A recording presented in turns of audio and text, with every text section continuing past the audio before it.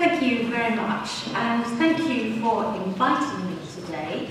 I feel as if I'm rather a substitute because unfortunately the Liberal Democrat Minister in DCLG, Stephen Williams, wasn't able to come. But I can claim, I think, a very long association with the NALC, and also I have a background as a councillor. I was a district and unitary councillor for 17 years, and during that time, because that was in an urban area, we actually set up area committees. They didn't have, they still actually don't have enough power, but I think the very fact that there was this great move in the past to set up area committees is this real movement to actually get closer to the people. I have been a Member of Parliament since 2001, and I represent a constituency called Mid Dorset and North Poole. And I like to claim that I actually, one way or another, serve every type of council, because the constituency is, well, very mixed. It's part rural, part urban. There's a unitary council, there's district councils, there's a county council, we have town council, and we have parish councils. So a little bit of hands-on experience, but not the wider experience that you bring. And I think the very fact that we're talking about making more and more parish councils today just shows that you have something that other people want. And I think it was a very welcome announcement last year that new measures were going to make it easier to bring parish powers back to the towns and cities of England. You have such a close interface with the people you represent, and hence you know what people want and how best to deliver it. And of course, a need that goes along with that is the powers to do what your communities want. I'd like to acknowledge the time that is given up voluntarily by town and parish councillors. I know when I visit my parish councils, I'm just so impressed with the great attention to detail and continually coming up with better ways of doing things, which are the best way for the local community. I suspect over time that compliance with new rules has become more burdensome, although recent changes I hope will be helpful. A lighter touch transparency code, no longer the need to pay by cheques with 2 signatures. I was aware of that actually from going to meetings. And reading up, I see that agendas can be sent electronically. I thought they already were. Already we have the promised consultation on the reform of parish polls. Looking back very briefly over the period of the coalition government, clearly the Localism Act and the extension of the Sustainability Communities Act, at long last, parish councils, has been important in opening up new opportunities. The community right to bid, facilitating listing of assets from pubs, shops, sports facilities, community centres, green spaces, post office, so very, very important. An increased potential to take over services, general power of competency, and neighbourhood planning. Neighbourhood planning is very, very close to my fundamental beliefs. I have this great frustration with always dictation from above, whether it be Westminster or the Bristol in our case, where the inspectorate is based, or indeed the local district or unitary council actually not listening to what the parish has to say.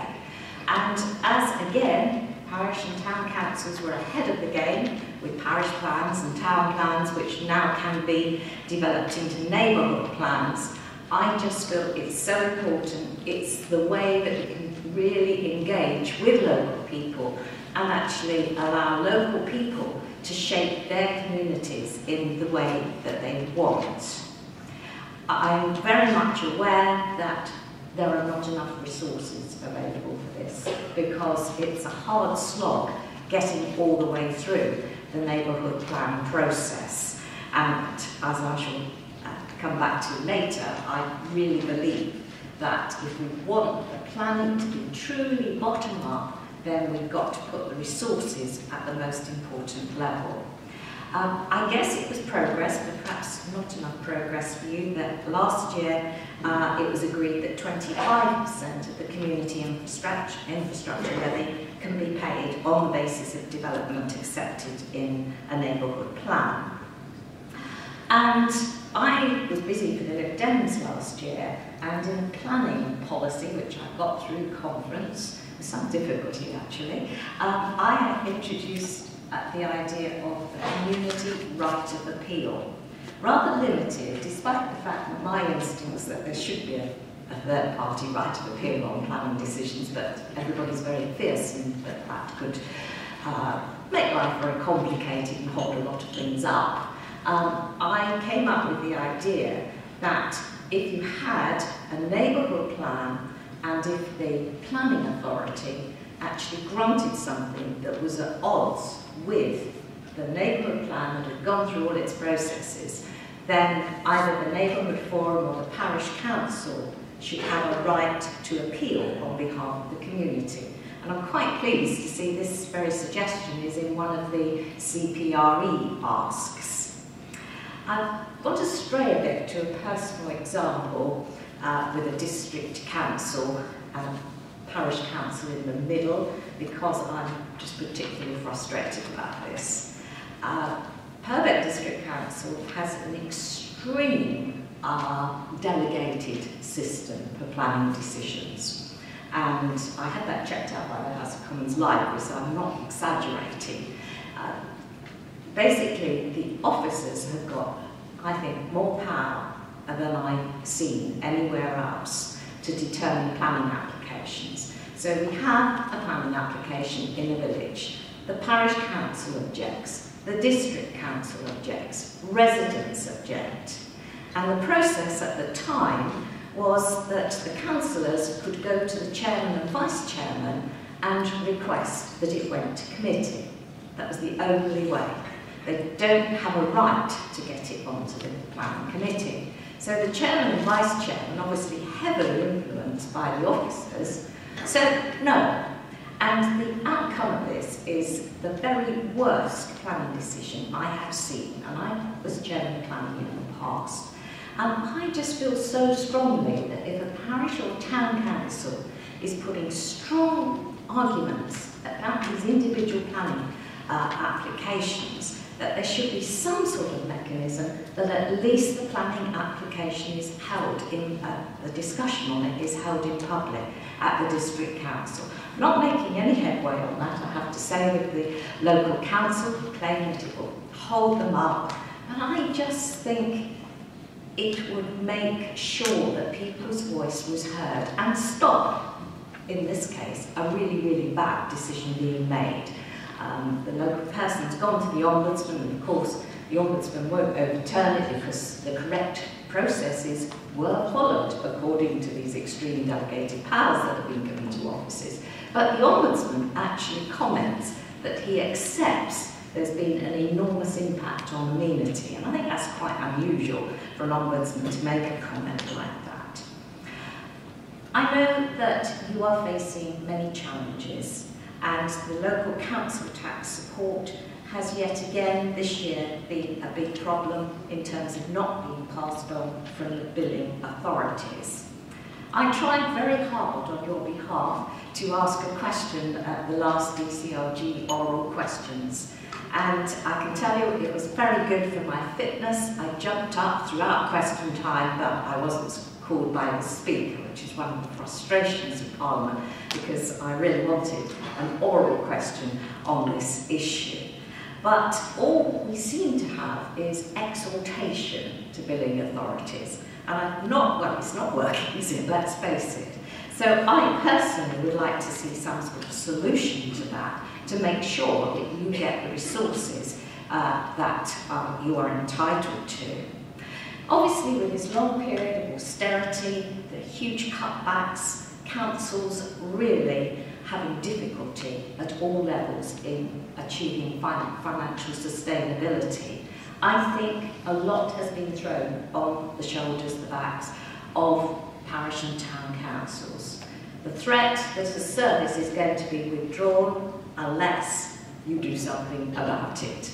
And I've been through this with school crossing patrols, the library, and many other services. And of course, residents feel we're being asked to pay for these services twice because we paid our council tax, and now there's a suggestion we'll have a precept on the amount we pay to the parish, on the parish precept, would actually be increased to pay for this service. And I think that's been a real problem, and sometimes it's just been necessary to do what's had to be done to keep the services.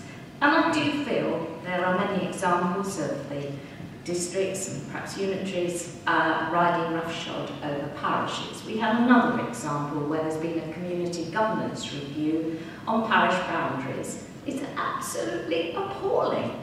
4 councillors sitting in the district council offices with no respect to one of my communities whatsoever.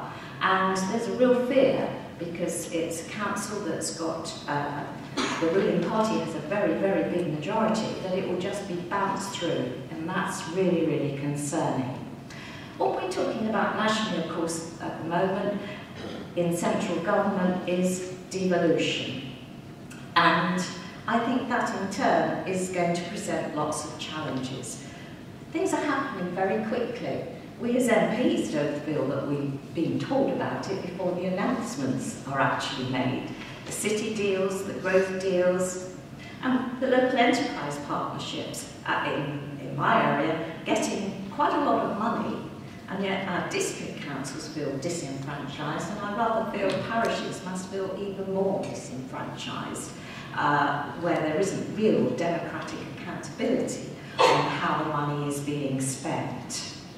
And I feel it's really important that parish and town councils are actually in there with a major role of participating in the generation of growth.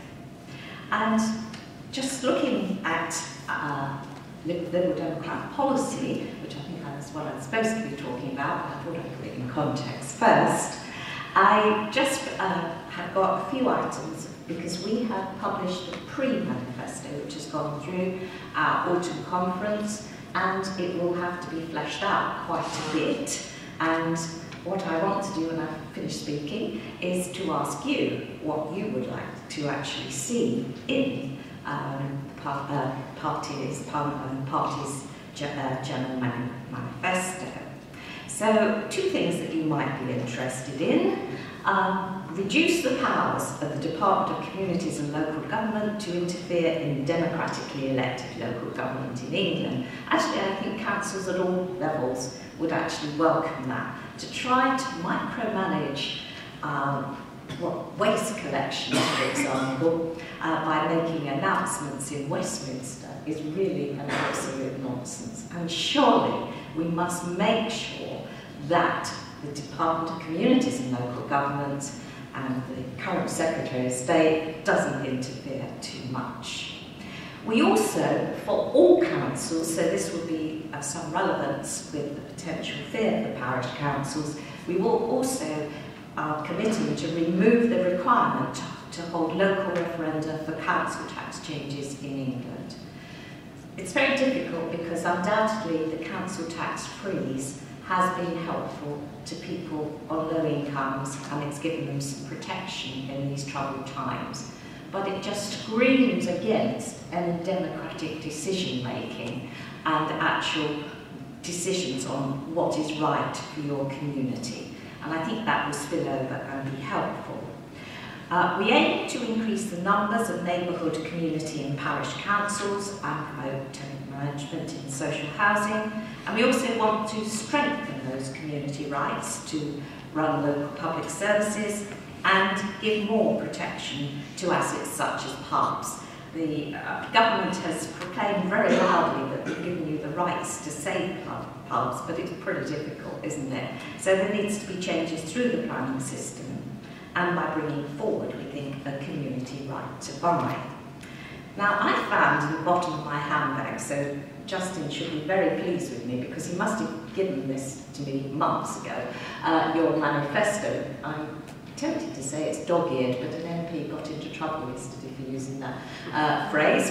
But it definitely is a bit scruffy around the edges. But I had it to hand this morning and was able to have a quick refresh. And I think I've actually mentioned a number of the issues in here, but I'll wait for your comments. But one I did notice was that in here there's the request for share of business rates, and I do remember this very strong campaign. Now, I don't know what's going to be in the autumn statement today because I'm pretty low down the pecking order, but in all the very many bits that have been released, it does sound as if the Chancellor is going to announce a consultation on business rates. So it looks to me as if at the very least there will be an opportunity to actually get your views about this heard. And then maybe you've got to be working on all the political parties to actually do something about that. Now, in conclusion then, I really see taking democracy right to the grassroots, giving power to the people, it's absolutely essential. We're living in a society in which people are disengaged with the political process and very much anti the main political parties, for example.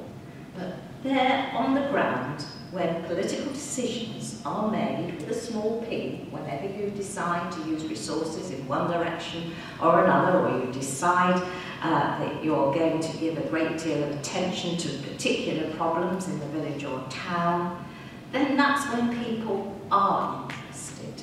And it's so important that people hear about things before they're actually implemented. And there's far too much of that happens. But with the hard work of parish and town councils, you've got this real opportunity. And I really want again to acknowledge the hard work and effort put in by you all. And I would say that central government must be working with you, not dictating to you. So on that note, I'm going to conclude speaking so that I can actually take questions and comments, because if there was ever a time, particularly my political party, where it is in the polls, should be listening to what people want, it is now. And it's you with all your different types of communities, different types of councils. It might come under a collective name, but I'm very much aware how much variation there is. And of course, some councils want more powers, others don't. So there always has to be this level of choice. So I would be really interested in using the rest of my time here this morning in listening